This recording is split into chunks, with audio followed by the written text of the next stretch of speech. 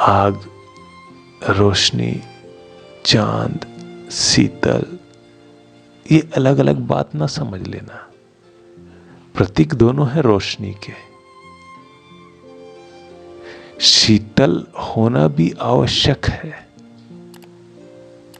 तो कहीं से आग पाके हम शीतल हो सकते हैं क्या?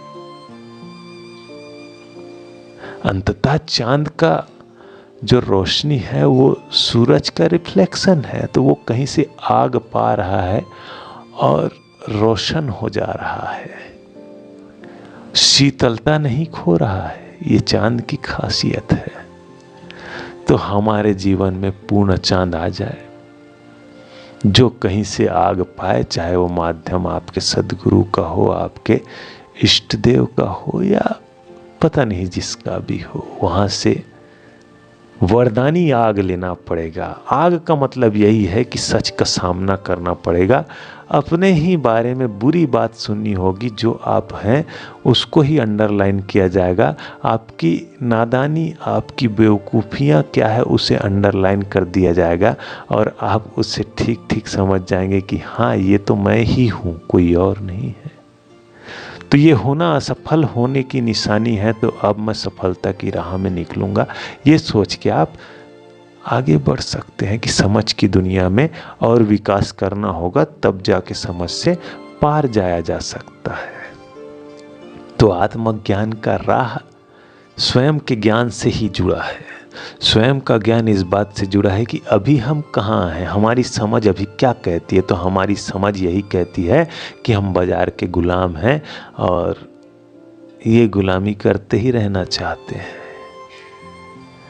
बाजार ने मॉडल बनाया है कि बच्चों को बचपन से ऐसी शिक्षा दी जाए, माता पिता को भी ऐसी शिक्षा दी जाए कि वो अपने बच्चे को सरकारी नौकर बनाना चाहे, गुलाम बनाना चाहे।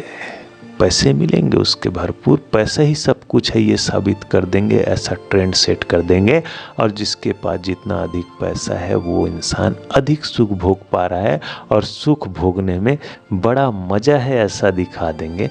तो ये बाजार कर दिया, उसने दिखा दिया, हम देख लिए।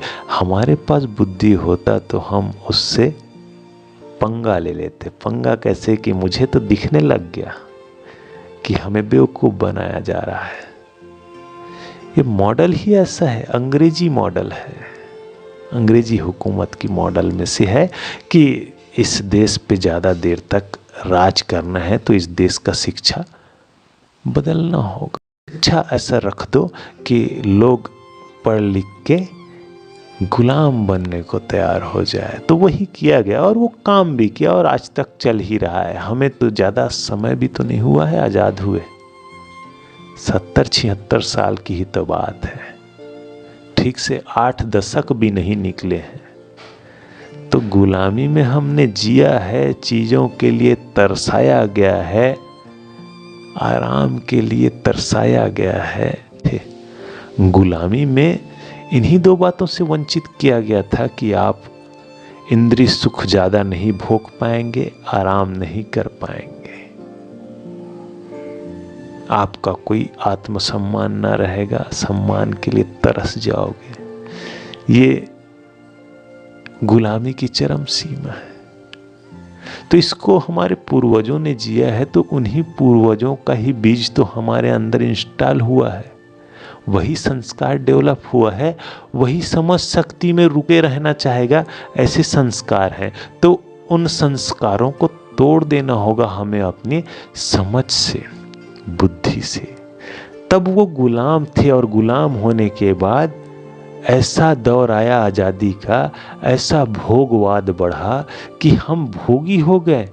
गुलामी तो हट गई अंग्रेज़ों से, लेकिन अपने मन के तल पे गुलामी चल ही रहा है, अपनी इंद्रियों के गुलाम हो ही गए हैं।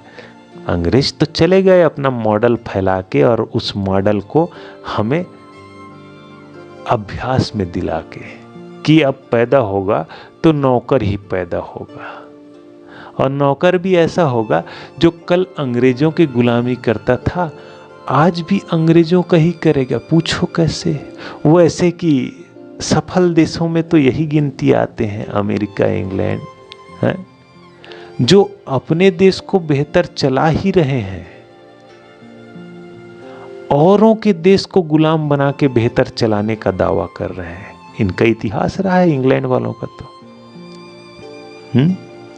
तो ये वो देश है जो अपने देश को बेहतर से बेहतर चलाना जानते हैं और उन्हीं का सिक्का चलता है। तो ऐसे लोग ऐसे और देश को गुलाम बनाते गए, और गुलाम बनाना नहीं है, देखा जाए तो वो ये कह रहा है कि आप ठीक से चलाना नहीं जानते, हम आपको आपका देश ठीक से चला के दिखा देंगे, कंपनी निर्माण करके दिखा देंगे, उस कंपनी के मॉड्यूल में आप चल के देखना, आप तरक्की करेंगे।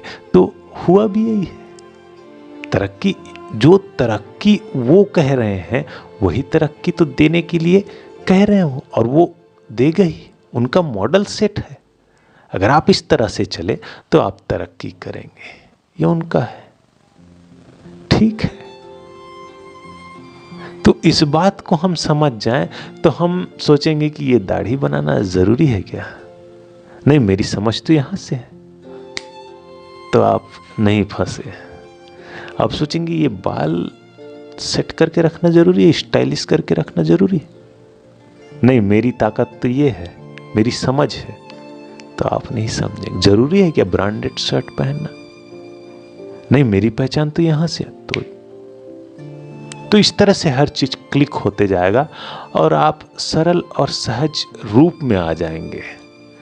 जब आप सरल और सहज हो जाएंगे तो आपके अंदर योग्यता जन्म लेगी। दूसरी कि आपके अंदर सत्य का कोई बीज रोपित कर दिया जाए। इस तरह से प्लांटिंग का काम शुरू हो जाएगा और सत्य को जानने के लिए आप बेबस, लाचार, मजबूर हो जाएंगे, क्योंकि उमंग ही इतना रहेगा। सद्गुरु आपको उमंग से भर देता है कि जो वो बता रहा है वो बहुत ऊंचा है, उसको पालिए तो फिर बात ही खत्म।